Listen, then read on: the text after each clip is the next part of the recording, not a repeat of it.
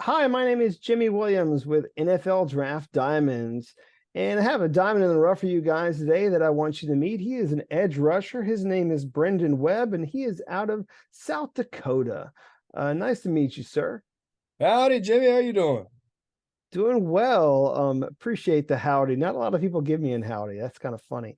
But Brendan, do want to get you a chance to share your story and show people why you really deserve some looks this upcoming season. So why don't you go ahead and set the stage and tell us where you're from, and we'll walk through the rest of it.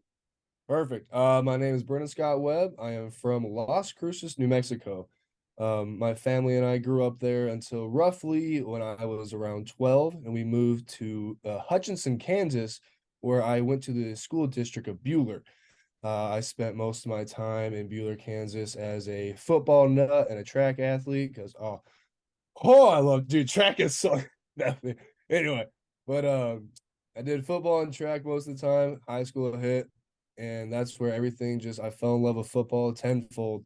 And I went to a lot of KU and K State track meet or not track meets, a lot of the football combine. I did a lot of that, and that's what got my name out there for me to have the opportunity to talk to a coach named Coach Akingay, who is now in the JUCO era, who is the head coach for one of the JUCO programs out in Nebraska. He gave me the opportunity to come play at South Dakota. He he sold me this place, man. I fell in love with it, and I have yet to change my answer with how much I love this place. So I'm still here, still fighting, and I'm still trying to get everything going. Gotcha. And obviously, you have one more season left to go of your eligibility to go out there and have a blast and show people why you're one of the best edge rushers this upcoming season. So, let me just kind of go back and uh, give guys a refresher and maybe touch on a couple of points here. So, I mean, again, uh, from New Mexico, ended up moving to Buhler, Kansas, and then ended up obviously at South Dakota. So Sure. do want to talk about your time there, when you were at Buhler High School. So per my notes, not only were you a basketball guy, a football guy, a wrestling guy, I mean, you were an everything kind of guy, man. I mean, you were one hell of an athlete coming out of high Yes, school. So loved it. talk to me about those days for you. Um, High school was when I could truly. There's an aspect of football that is unprofessional. You can always just let loose, and high school was that aspect of me that I could just let myself just go, and I had the most fun when I was a kid, man. Because I remember my sophomore year, no matter what was going through, or no matter what I was going through, I could just put my hand in the dirt and just blast myself off. And I love doing it. I was a skinny kid, dude. Let me tell you what. I was a string pull and a half, and they had me playing as like interior, and I would sometimes play defensive end. But I would get off the rock, and I would always just put my face right into someone's chest, and I would always headbutt the living hell out of somebody. It was just fun. I love doing that. To like even circle all the way back from like to Las Cruces. I used to just wrestle with my dogs, my brothers, and all we would do is just throw each other around. My mom would actually get a call from school all the time and be like, "Well, Kay, I don't think he means to be mean. He's just playing a little too hard with the kids." And it was the first time I ever played soccer. Someone stole the ball from me, and I tackled them to the ground, and I got the ball and kicked it right back into the net. And my mom instantly was just like, he probably should play football. Yeah, a different kind of football. So I mean that Exactly. obviously didn't suit you best. So do you want to highlight a couple of things? Again, you said basketball, wrestling, track Sure. and field.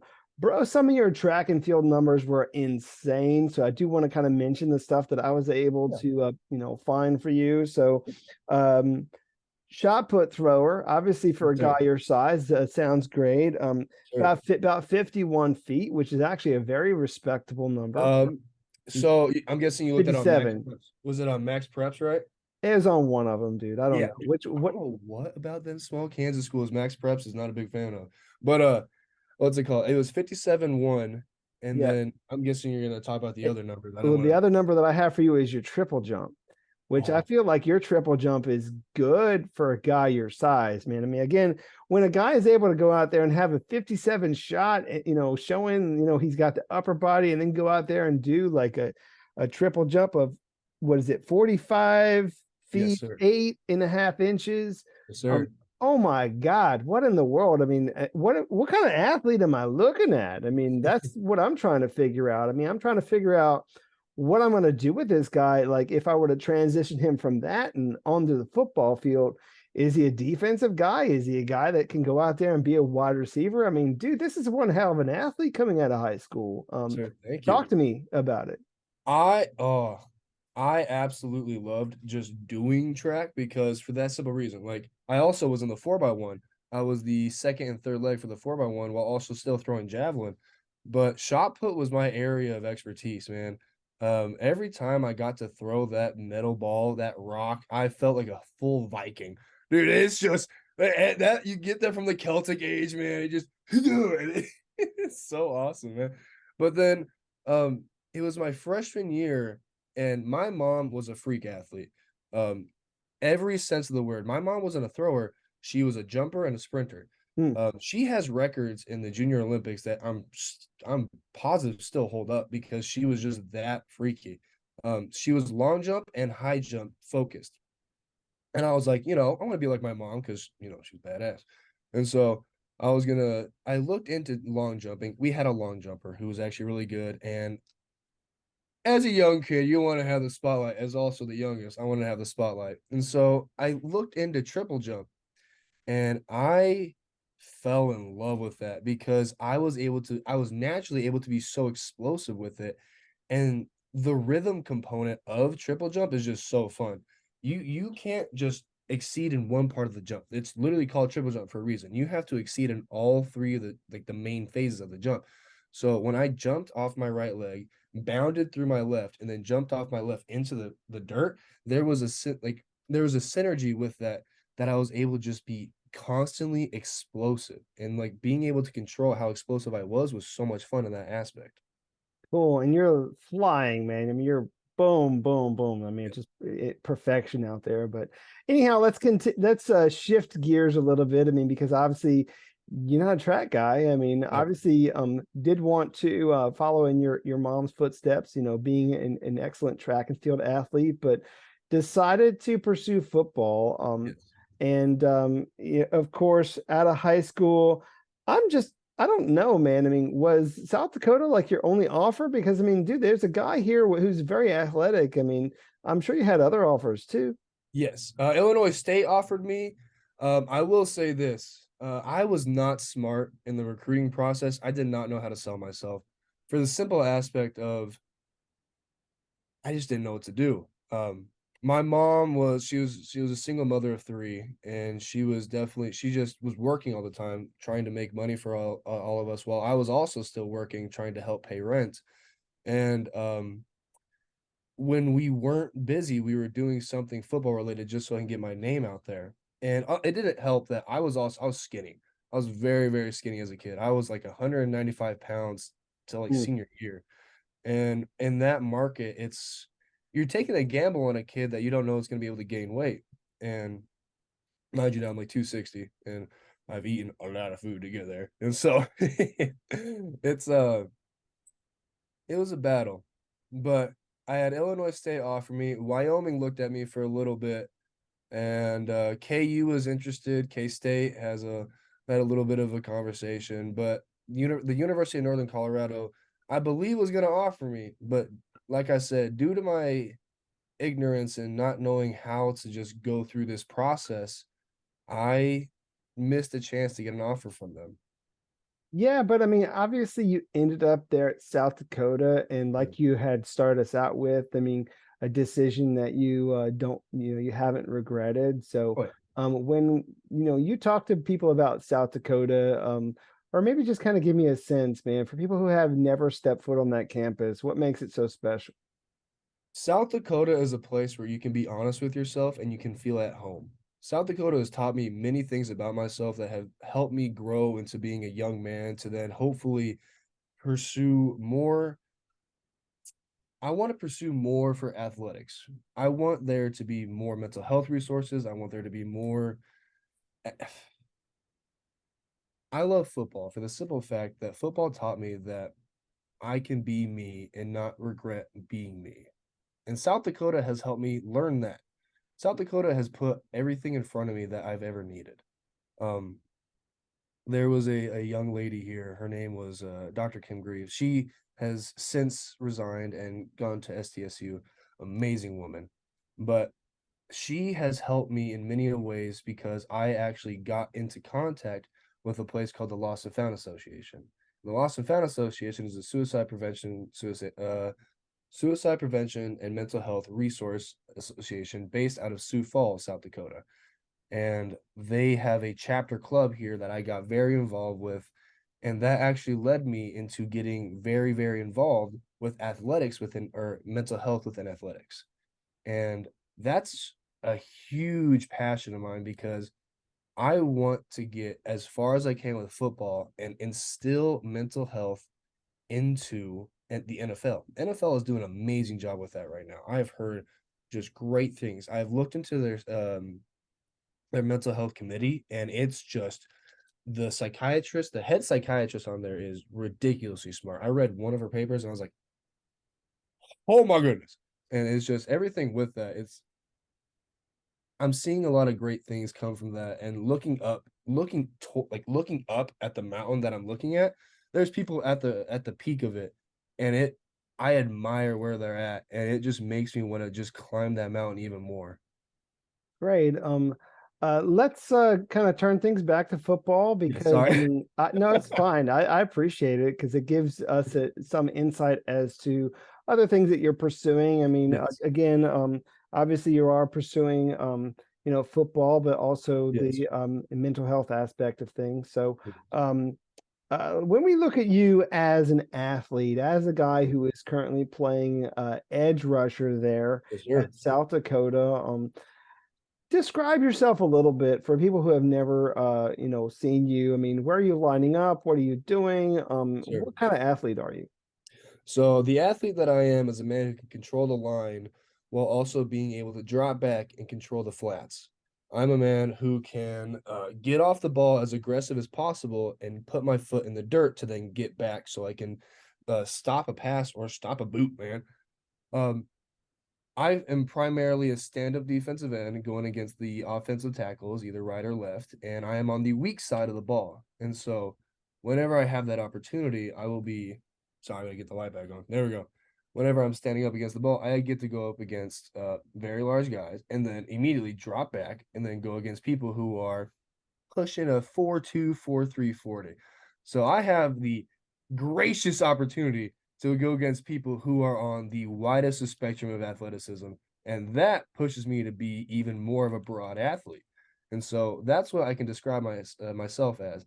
I am a flexible and what's it called? A flexible, desired athlete that I can do anything that you want me to do. Yeah, I mean, and dude, I feel that you have a lot of potential, Yes, and I sir. don't know how you want to accept that word and how you want to I guess respond to that. But Yeah. a guy who comes in very athletic background, gets there to South Dakota and is pretty much used however your team needs you, man. I mean, but maybe things haven't gone, the perfect way. I mean, Yeah. but along the way, I mean, like you said, you are up against some damn good competition Very, very in the good. Missouri Valley. You guys are really scratching and clawing, trying your best to prove your worth day in and day out. And you yourself, man, have had some struggles. So I want to give you an opportunity to kind of talk through those things. And when you think about a guy and their character, sometimes that's just defined by how they respond to adversity. So uh, give us some sense as to how you have done that over the years. So one I got two instances I'll talk about. The year of 2019 was a year that I have lost many people in my life. this is what drove me into getting into mental health so much. I had roughly 4 to 5 people in my life die by suicide, and it was stretched out within the whole entire year. And the turning point that pushed me so hard to looking into mental health was the year that we played against, or not the year, the week that we played against NDSU in November. One of two of my mentors actually within middle school, they believed in me. I still, this one mentor of mine, he and I had an agreement that I was going to walk into his classroom with a bucket of KFC with my college degree and just talk shop. And unfortunately, he died by suicide, and that hit my community very, very hard. 3 days later, another one of my mentors, he ended up passing away due to a heart attack, and then he had a car crash because of that. And so that was very, very difficult for me. That Saturday, we played against SDSU and we beat them for the first time in the D1 era. And that was one of the hardest weeks of my life. And that's what pushed me to get so like heavy into mental health. But then when it comes to football, I've always had issues physically. I pushed myself to an extreme because I want myself to be great. And that has led to me like tearing my shoulder, which was a really nasty tear. I'll tell you that. At the beginning of the year of 2021, I nicked my shoulder a little bit. Like it's you get that you're like okay, yeah, you have a slap tear in there, but during the game against Illinois State, I ended up blasting it, man. It was completely torn, and my coaches leaned on me and they're like, "Hey, can you play the next week?" And I said, "I would love to." Because Mm, I wanted to keep playing. And that year I was having a great year and I wanted to keep going. And I pushed myself through everything. I wanted to keep going. And it killed me when I couldn't complete that game because I was like, I know for a fact I can get through this, but I truly couldn't even put my hand on the dirt. I put my left arm down and every like even the muscle fibers in there would just tear and I could not put pressure into it. mm. So I actually ended up completing the year with going into the playoffs as well. I was still able to play the playoffs, but going into that next year, this was my first ever true surgery, and I lost a bit of myself. Um, and that's why the 2022 year I found it so hard to find who I was. I had to go through a very, very big journey as of this spring, as of moving to a new position as well, because I was always a hand of the dirt defensive end until they finally moved me to this edge position. And moving to this, I truly believe I found myself. I found that I can be as explosive, I can be as aggressive, and I can be as smooth as I want to be because I have that confidence again.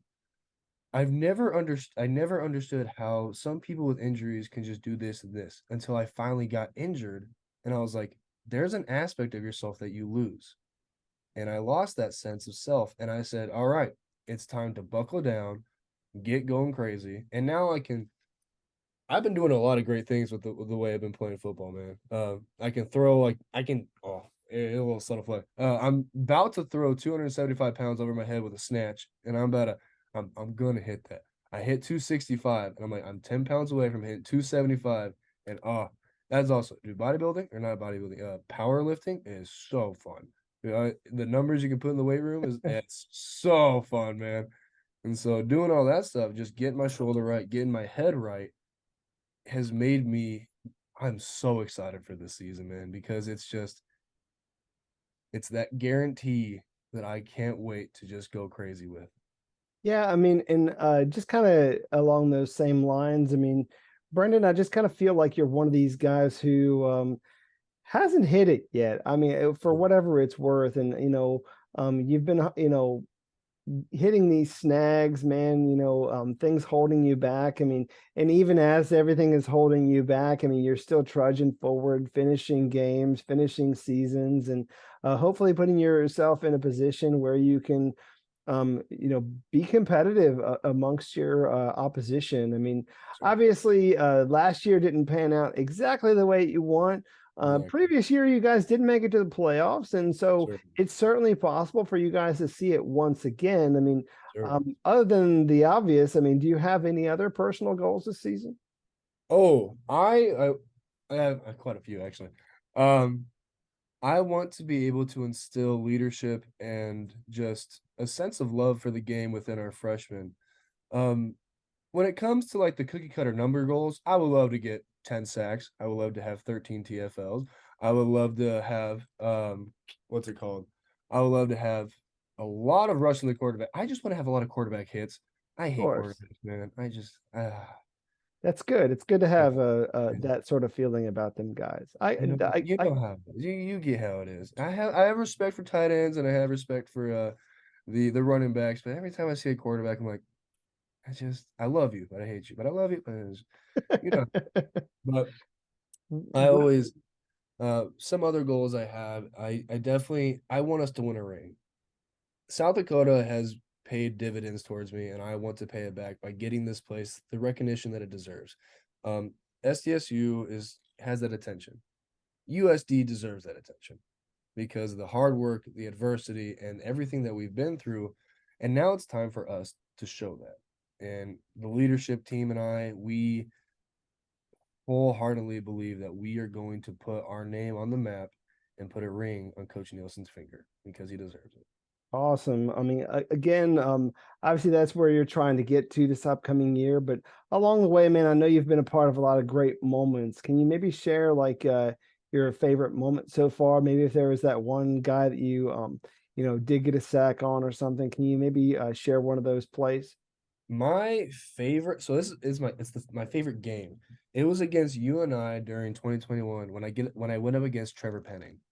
That was easily probably the best game I ever had, and going against him was just amazing because that was the first time I went up against an NFL quality tackle, and I just no disrespect to the man, but I put my hand through his chest many times, man, and I was just that whole time.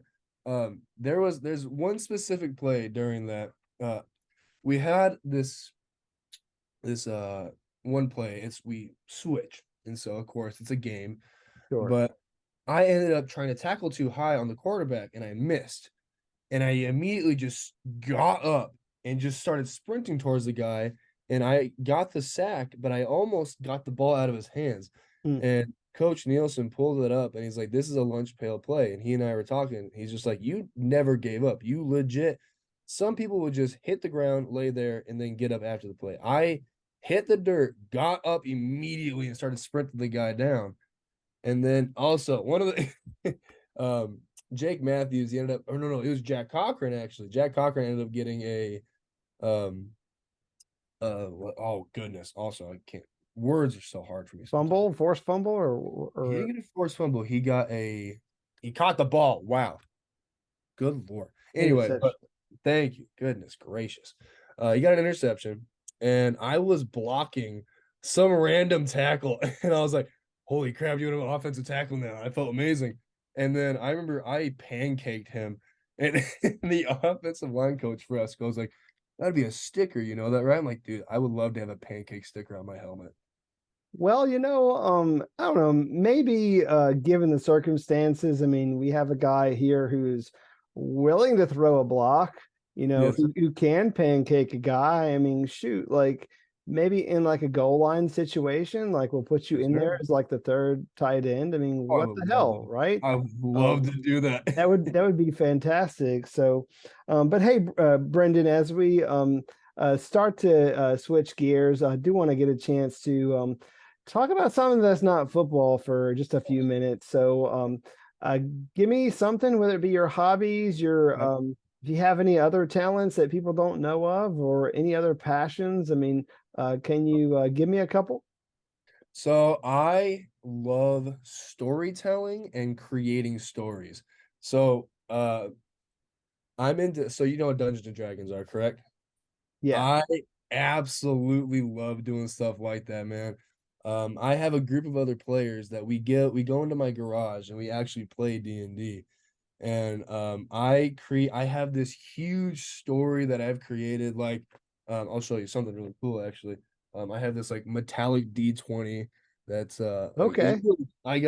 I put a lot of time in this because like I said, I love just telling stories. I love being creative. I have like it's like a 3 by 3 foot painting that I made of a map for our whole entire place. And then like I love watching these fantasy movies and stories because then it like shows you like the dynamics and the politics of these situations. And so that gives me even more creative insight to then show my players, okay, so there's an issue with the town's guardsman right now, and he's actually controlling the system of the lumberyard. How would you go about servicing this system without causing too much ruckus where the king could possibly figure that out? And I love seeing their intuition and seeing how they can question me, because that's the whole thing about D&D is that the story is very free flowing and on the spot. So with these guys, they put me in a situation where I had to think out of my butt. Like I had to be like, oh, so great, let's do this instead of the one idea I had earlier, because what you just said could lead into something even 10 times better. Like the guys I play with right now, my main goal was to finish this about 3 months ago. We're still going with the story because we just keep pushing it a direction that's absolutely amazing. Brendan, you are perhaps the very first guy that I've ever met who's a D&D uh passionate D&D player, but Oh yeah. also is willing to go out there and smash somebody on the Oh yeah. football field. I swear that is like the most like unique I guess combination that I've ever met in my entire life. But Heck yeah. honestly, man, I had a lot of other quick things to throw your way. So let's just do a couple of them because Of we've course. been on this thing for quite some time. So uh, is there perhaps I don't know, a guy who plays your position Yes. at the next level who you try your best to watch, maybe emulate? I mean, who are you a big fan of who plays your position? So the first guy that got me into defensive end was Rob Ninkovich for the New England Patriots. I loved him, man. Watching him play was just amazing. But the modern day, I love watching Max Crosby. Dude, Max Crosby is something special. And then watching Nick Bosa as well. The Bosa boys, Max Crosby, um, TJ Watt. I absolutely love watching them play because if you can emulate a style of their game, you're already top tier. Like if I can have 25% of what they do and put it right now within me, oh, I can easily push myself to be as great as they are because I watching them, amazing. Absolute freaks of nature. And then, like I said, though, Rob Ninkovich was the guy I've always looked up to because his game was different. And I loved watching him just get those sacks with I also big Patriots guy, surprisingly enough. Gotcha. As we continue, I was thinking about maybe perhaps one more opportunity, man. I mean, I know there's an organization that you're Yes, sir. Of involved in there, at South Dakota, and want to course. give you an opportunity to shout that out once more. Course. The Lost and Found Association, based out of Sioux Falls, it started actually at the University of South Dakota. They provide mental health resources for students within college settings, and they have three programs. They have the chapter association, they have the peer-to-peer mentorship, and then they have a educational aspect of mental health. And so I worked on the chapter association. Um, I started off as a member, and then I graduated into being a it was director of personnel operations, and then I finally had the pleasure of being the president for the Lost and Found Association. And I had an absolute blast. I mainly worked with athletics, but the team that I had was amazing because my team of people, we were able to actually push a lot of mental health resources onto the campus, and we got programs ready. We were able to do things. We had a suicide prevention run. It's called Run for Our Lives. and we had quite a few people show up, even though, oh my God, the weather did not want to play with us that day because it just hit us and it was freezing cold. The winter here in South Dakota was horrific. Oh my goodness. It was the worst it's ever been. And I've been here for 6 years now. But Right. Well, Brendan, do appreciate you shouting them out. I mean, I know that you have a lot going on, as being a part of that organization, but you're also trying to go out there and prove to the scouts that you're a legitimate prospect that they need to pay attention to. So, sure. as we close up our time, go ahead and talk to those people real quick and tell them why you would make a great addition to their team. So, end us with your pitch. Yes, sir. Um, I want to say thank you for the time you have given me already, for the opportunity you have given me already. And I want to say that if you ever decide to pick me up, I will put every part of my body on the line for any team you want me to be a part of. This game is everything to me, and I would love to learn from everything that you guys can teach me. I am a man who will be as flexible as you possibly need me to be, while also being as physical as you need me to be. So I will always work everything I can to be what you want me to be. Right. I mean, again, just kind of have to highlight a couple quick things. I mean, you get a guy who with really good size, about 6'4", 260, very damn good athlete, who is just kind of prime for a really good season. I mean, and you have a guy who's got that never give up kind of mentality. So, Brendan, it's been nice sitting here chatting with you, and Thank you for the wish you opportunity, all the Brendan. best. All right. Thank you very much. Thank you. All right. Once again, Brendan Webb, edge rusher, South Dakota. Check this guy out.